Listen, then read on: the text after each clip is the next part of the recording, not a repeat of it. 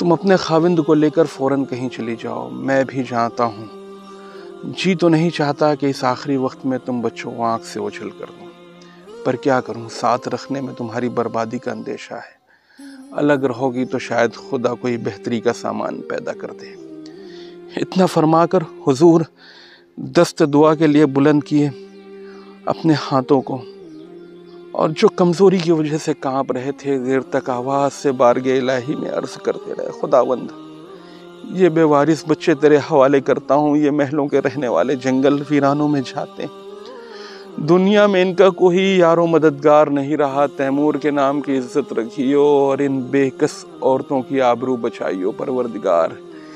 یہی نہیں بلکہ ہندوستان کے سب ہندو مسلمان میری اولاد ہیں، اور آج کل سب پر مصیبت چھائی ہے، میرے اعمال کی شامت سے ان کو رسوا نہ کرو، اور سب کو پریشانی سے نجات دے دے میرے مولا۔ اس کے بعد میرے سر پر ہاتھ رکھا، زینت کو پیار کیا، اور میرے خاوند مرزا ضیاء الدین کو کچھ جواہرات، کچھ اشرفیاں عنایت کر کے نور محل صاحبہ کو ہمراہ کر دیا، جو حضور کی بیگم تھی۔ پچھلی رات کو ہمارا قافلہ قلعے سے نکلا، جس میں 2 مرد اور عورتیں تھیں۔ مردوں میں ایک میرے خاوند مرزا ضیاء الدین اور دوسرے مرزا عمر سلطان بادشاہ کے بہنوئی تھے۔ عورتوں میں ایک دوسری نواب نور محل، تیسری حافظ سلطان بادشاہ کی سمدھن تھی۔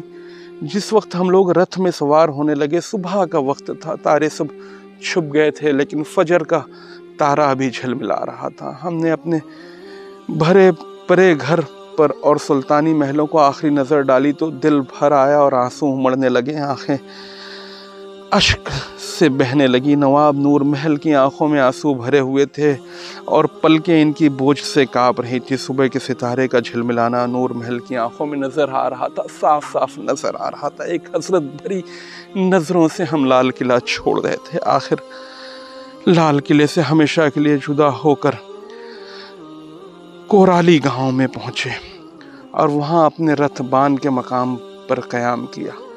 باجرے کی روٹی اور چھاچھ کھانے کو میسر ہوئی۔ اس وقت بھوک میں یہ چیزیں بریانی اور متنجن سے بھی زیادہ مزیدار معلوم ہو رہی تھی۔ ایک دن ایک رات تو امن سے بسر ہوا، مگر دوسرے دن گرد نواں اگل بگل کے لوگوں کو جب پتہ لگا، خاص طور پہ کورالی کو لوٹنے چڑھے آئے۔ سینکڑوں عورتیں بھی ان کے ساتھ تھی، جو چڑیوں کی طرح ہم لوگوں پر چمٹ گئیں۔ تمام زیور اور کپڑے ان لوگوں نے اتار لیے۔ جس وقت یہ سڑی بسی عورتیں اپنے موٹے موٹے میلے ہاتھوں سے ہمارے گالوں کو نوچتی تھیں، ان کے لہنگوں کی ایسی بو آتی تھی کہ دم گھٹنے لگتا تھا۔ اس لوٹ کے بعد ہمارے پاس اتنا بھی باقی نہ رہا کہ جو ایک وقت روٹی کو کافی ہو سکتا تھا۔ حیران تھے، دیکھتے تھے اب کیا پیش آئے گا۔ زینت پیاس کے مارے رو رہی تھی، میری 1.5 سال کی بچی۔ سامنے سے ایک زمیندار نکلا، میں نے بے اختیار ہو کر آواز دی، بھائی تھوڑا پانی اس بچی کو لا دیں۔ زمیندار فوراً ایک مٹی کے برتن میں پانی لے آیا اور بولا، آج سے تو میری بہن اور میں تیرا بھائی۔ یہ زمیندار کورالی کا کھاتا پیتا آدمی تھا، اس کا نام بستی تھا۔ اس نے اپنی بیل گاڑی تیار کر کے ہم کو سوار کیا اور پوچھا کہ جہاں تم کو پہنچا دوں کہو۔ ہم نے کہا کہ اجاڑا ضلع میرٹھ میں میر فیض عالم شاہی حکیم رہتے ہیں، جن سے ہمارے خاندان کے خاص مراسم ہیں، وہاں لے چل بھائی۔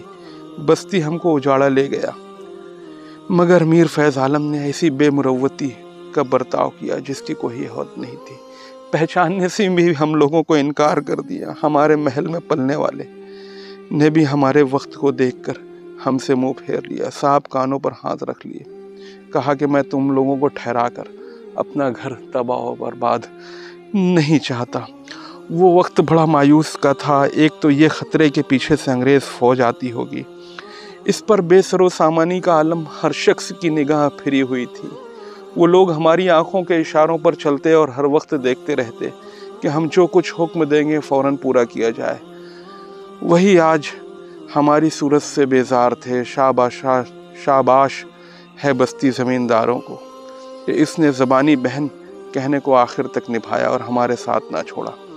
لاچار اجاڑا سے روانہ ہو کر حیدرآباد کا رخ کیا عورتیں بستی کی گاڑی میں سوار تھیں اور مرد پیدل چل رہے تھے۔ تیسرے روز ایک ندی کے کنارے پہنچے جہاں کومل کے نواب کی فوج پڑی ہوئی تھی۔ انہوں نے جو سنا کہ ہم شاہی خاندان کے آدمی ہیں تو بڑی خاطر کی اور ہاتھی پر سوار کر کے ندی سے پار اتارا۔ ابھی ہم ندی کے پار اترے ہی تھے کہ سامنے سے انگریز فوج آ گئی اور نواب کی فوجوں سے لڑائی ہونے لگے۔ میرے خاوند اور مرزا عمر سلطان نے چاہا کہ نواب کی فوج میں شامل ہو کر لڑ لیں، مگر رسالدار نے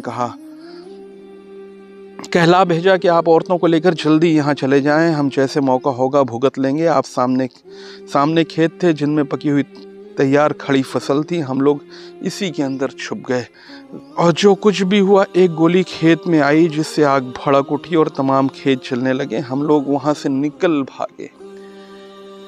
کیسی مصیبت تھی، ہم کو بھاگنا بھی نہ آتا تھا۔ گھاس میں الجھ کر گر پڑتے، سر کی چادریں وہیں رہ گئیں، برہنہ سر، حواس بافاختہ۔ ہزار دقت سے کھیت کے باہر آئے۔ میرے اور نواب نور محل کے پاؤں خونم خون ہو گئے تھے، پیاس کے مارے زبانیں باہر نکل آ رہی تھی، زینت پر گشی کا عالم تھا۔ مرد ہم کو سنبھال لیتے مگر ہمارا سنبھلنا مشکل تھا۔ نواب نور محل تو کھیت سے نکلتے ہی چکر کھا کر گر پڑیں اور بے ہوش ہو گئیں۔ میں زینت کو چھاتی سے لگائے اپنے خاوند کا منہ تکتی رہی اور دل میں کہتی رہی، الہی ہم کہاں جائیں، کہاں سہارا نظر آتا۔ قسمت ایسی پلٹی کہ شاہی سے گدائی ہو گئی، امیر سے فقیر ہو گئے، لیکن فقیروں کو چین و اطمینان ہوتا ہے، ہمیں وہ بھی نصیب نہیں تھا۔ فوج لڑتی ہوئی دور نکل گئی، بستی ندی سے پانی لایا، ہم نے پیا اور نواب نور محل کے چہرے پر چھڑکا۔ نور محل رونے لگی اور بولی، ابھی خواب میں تمہارے بابا حضرت ذل سبحانی کو دیکھا ہے، تو کو زنجیر میں جکڑے ہوئے، زنجیر پہنے ہوئے کھڑے ہیں اور کہتے ہیں کہ آج ہم غریبوں کے لیے کانٹوں بھرا خاک کا بچھونا فرش مخمل سے بڑھ کر ہے۔ نور محل گھبرانا نہیں، ہمت سے کام لینا، تقدیر میں لکھا ہوگا تو بڑھاپے کی یہ سختیاں برداشت کروں گا۔ ذرا میری کلثوم کو دکھا دو، جیل خانے سے جانے سے پہلے دیکھ لوں اسے۔ بادشاہ کی یہ باتیں سن کر میں نے ہائے کا نعرہ مارا اور آنکھیں کھل گئی۔ کلثوم کیا سچ مچ ہمارے بادشاہ کو زنجیروں میں جکڑا جا چکا ہوگا؟ کیا واقعی وہ قیدیوں کی طرح جیل خانے بھیجے گئے ہوں گے؟ مرزا عمر سلطان نے اس کا جواب دیا کہ خواب و خیال ہے، بادشاہ لوگ بادشاہوں کے ساتھ ایسی بدسلوکیاں نہیں کرتے، تم گھبراؤ نہیں، وہ اچھے حال میں ہوں گے۔ حافظ سلطان بادشاہ کی سمدھن بولی، یہ موئے فرنگی بادشاہوں کی قدر کیا خاک جانے، خود اپنے بادشاہ کا سر کاٹ کر 16 آنے کو بیچتے ہیں۔ بو انور محل، تم نے تو کو زنجیر پہنے دیکھا ہے، مگر میرے شوہر مرزا ضیاء الدین نے تسکین دلانے کی بات کر کے سب کو مطمئن کر دیا اور اتنے میں بستی ناؤ میں گاڑی کو اس پار لے آیا۔ ہم سوار ہو کر روانہ ہوئے۔ تھوڑی دور جا کر شام ہو گئی، ہماری گاڑی ایک گاؤں میں جا کر ٹھہری جس میں مسلمان راجپوتوں کی آبادی تھی۔ گاؤں کے نمبردار نے ایک چھپر ہمارے واسطے خالی کرا دیا، سوکھی گھاس اور پھوسوں کا بچھونا تھا۔ وہ لوگ اسی گھاس پر، جس کو پیال یا پرال کہتے ہیں، سوتے ہیں۔ ہم کو بڑی خاطرداری سے، جوان کے خیال میں بڑی خاطر تھی، یہ نرم بچھا دیا۔ میرا تو اس کوڑے سے جی الجھنے لگا، پر کیا کرتے، اس وقت سوائے اس کے اور کیا ہو سکتا تھا۔ ناچار اسی میں پڑی رہی، دن بھر کی تکلیف اور تھکان کے بعد اطمینان اور بے فکری میسر تھی۔ نیند آ گئی۔ آدھی رات کو ایک ہم سب کی آنکھیں کھل گئی۔ گھاس کے تنکے سوئیوں کی طرح بدن میں چبھ رہے تھے اور پسو جگہ جگہ کاٹ رہے تھے۔ اس وقت انہیں تمام بدن میں آگ لگا دی تھی۔ مخملی تکیوں اور ریشمی نرم بچھونوں کی عادت تھی، اس لیے تکلیف ہوئی، ورنہ ہم ہی جیسے وہ گاؤں کے آدمی بھی تھے جو بے گل و گش اسی گھاس پر پڑے سو رہے تھے۔ اندھیری رات میں چاروں طرف گیدڑوں کی آوازیں آ رہی تھی اور میرا دل سہما جاتا تھا۔ قسمت کو پلٹتے دیر نہیں لگتی، کون کہہ سکتا تھا کہ ایک دن شہنشاہ ہند کے بال بچے یوں خاک پر لیٹے پھرتے ہوں گے۔ قصہ مختصر اسی طرح منزل بمنزل تقدیر کی گردشوں کا تماشا دیکھتے ہوئے حیدرآباد پہنچے اور سیتا رام پیٹ میں ایک مکان کرائے کو لے کر ٹھہرے۔ جبل پور میں میرے شوہر نے ایک جڑاؤ انگوٹھی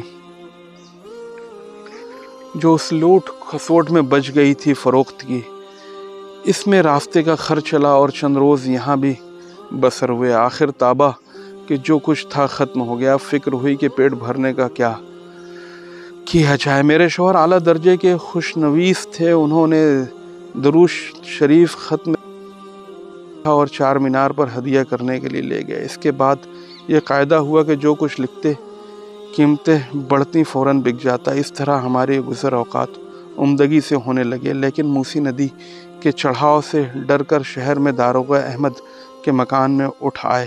یہ شخص حضور نظام کا خاص ملازم تھا، اس کے بہت سے مکان کرائے پر چلتے تھے۔ چند روز کے بعد خبر اڑی کہ نواب لشکر جنگ، جس نے شہزادوں کو اپنے پاس پناہ دی تھی، انگریزوں کے اطاب میں آ گیا، اور اب کوئی شخص دہلی کے شہزادوں کو پناہ نہیں دے گا، بلکہ جس کسی شہزادے کی خبر ملے گی اس کو گرفتار کرنے کی کوشش کرے گا۔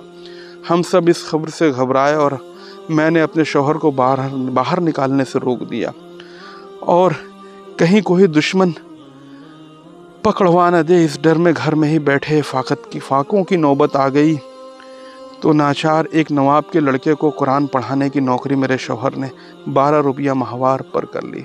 چپ چاپ اس کے گھر چلے جاتے اور پڑھا کر آ جاتے، مگر وہ نواب اس قدر بد مزاج تھا کہ ہمیشہ معمولی نوکروں کی طرح میرے شوہر کے ساتھ برتاؤ کرتا تھا، جس کی برداشت وہ نہ کر سکتے تھے، اور گھر میں آ کر رو رو کر دعا مانگتے تھے کہ الہی اس ذلت کی نوکری سے تو موت لکھ دے، تو نے اتنا محتاج بنا دیا۔ کل تو اس نواب جیسے سینکڑوں ہمارے غلام تھے، اور آج ہم اس غلامی میں، اس اسنا میں کسی نے میاں نظام الدین صاحب کو ہماری خبر کر دی۔ میاں کی حیدرآباد میں بڑی عزت تھی، کیونکہ میاں حضرت کالے میاں صاحب چشتی نظامی فخری کے صاحبزادے تھے، جن کو بادشاہ دہلی اور نظام اپنا پیر تصور کرتے تھے۔ میاں رات کے وقت میانہ میں سوار ہو کر ہمارے پاس تشریف لائے اور ہم کو دکھ کی حالت میں دیکھ کر بہت روئے۔ ایک زمانہ تھا جب وہ قلعے میں تشریف لاتے تھے تو مسند پر بیٹھ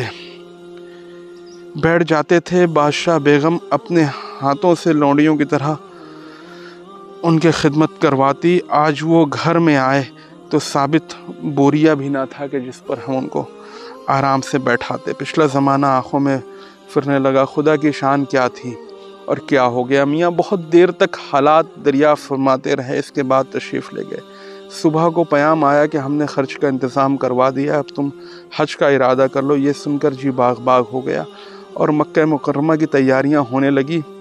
القصہ یہ ہے کہ حیدرآباد سے روانہ ہو کر ممبئی آئے اور یہاں اپنے سچے رفیق بستی کو خرچ دے کر اس کو گھر رخصت کر دیا۔ یہ وہی شخص تھا جو ہمارے ساتھ دلی سے ہم کو یہاں تک لے آیا تھا اور ابھی تک ہمارا ساتھ دے رہا تھا۔ بستی اس کا نام تھا۔ منہ بولا ہمارا بھائی تھا، لیکن سگے بھائی سے زیادہ اس نے ہماری خدمت کی تھی۔ وہ اب ہم سے دور ہو رہا تھا، اس کے دور جانے کا دکھ ہمیں ایسا ہی ہو رہا تھا جیسے ہم اپنے ابا سلال سے بچھڑنے پر فکر مند تھے اور پریشان تھے اور رنج زدہ تھے۔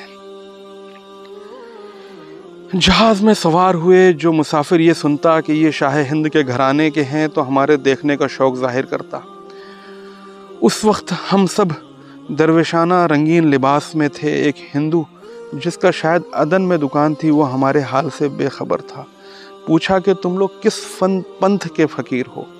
اس کے سوال نے زخمی دل کو چھیڑ دیا۔ میں بولی، ہم مظلوم شاہ گرو کے چیلے ہیں۔ وہی ہمارا باپ تھا جو ہمارا گرو، پاپی لوگوں نے اس کا گھر بار چھین لیا اور ہم کو اس سے جدا کر دیا، جنگلوں میں نکال دیا۔ اب وہ ہماری صورت کو ترستا ہے اور ہم اس کی صورت کو ترستے ہیں۔ اس سے زیادہ اور کیا اپنی فقیری کی حالت بیان کریں۔ جب اس نے ہماری اصلی کیفیت لوگوں سے سنی تو بیچارہ رونے لگا اور بولا، بہادر شاہ ہم سب کا باپ تھا، ہم سب کا گرو تھا۔ رام جی کی یہی مرضی تھی، وہ بے گناہ برباد ہو گیا۔ مکہ پہنچے تو اللہ میاں نے ٹھہرنے کا عجیب ٹھکانہ پیدا کر دیا۔ عبد القادر نامی میرا ایک غلام تھا جس کو میں نے آزاد کر کے مکہ بھیج دیا تھا۔ یہاں کر اس نے بڑی دولت کمائی تھی اور زمزم کا داروغہ ہو گیا تھا۔ اس کو جو ہمارے آنے کی خبر ملی دوڑا ہوا آیا اور قدموں میں گر کر خوب رونے لگا۔ اس کا مکان بہت اچھا تھا اور آرام کا تھا. ہم سب وہیں ٹھہر گئے. چند روز کے بعد سلطان روم کے نائب کو جو مکہ میں رہتا تھا ہماری خبر ہوئی تو وہ بھی ہم سے ملنے کے لیے آیا. کسی نے اس سے کہا تھا کہ شاہ دہلی کی لڑکی آئی ہے جو بے حجابانہ باتیں کرتی ہے. نائب سلطان نے عبدالقادر کے ذریعے سے ملاقات کا پیام دیا جو میں نے منظور کیا. دوسرے دن وہ ہمارے گھر پر آیا اور نہایتی ادب و قاعدے سے بات چیت کی. آخر میں اس نے جواب بہت بے پرواہی سے دیا کہ اب ہم ایک بڑے سلطان کے دربار میں آ گئے ہیں. اب ہمیں کسی دوسرے سلطان کی پرواہ نہیں کرنی ہے. نائب نے ایک معقول رقم ہمیں اخراجات کے لیے مقرر کر دی اور ہم 9 برس وہاں رہے. اس کے بعد 1 سال بغداد میں، 1 سال نجف، 1 سال کربلا معلیٰ میں بسر ہوا. فی وقت گزر چکا تھا، بہت مدت گزر چکی تھی. اب دہلی کی یاد بہت آتی تھی تو ہم نے طے کیا کہ ہم دہلی جائیں گے. لہٰذا ہم یہ سارا سفر مکمل کرتے ہوئے ایران کے راستے ہوتے ہوئے پنجاب ہوتے ہوئے دہلی واپس آ گئے. دہلی جب واپس آئے تو حکومت نے ہم پر بڑا احسان کیا. ہمارے خاندان کے لیے 10 روپیے ماہانہ پینشن طے کر دی.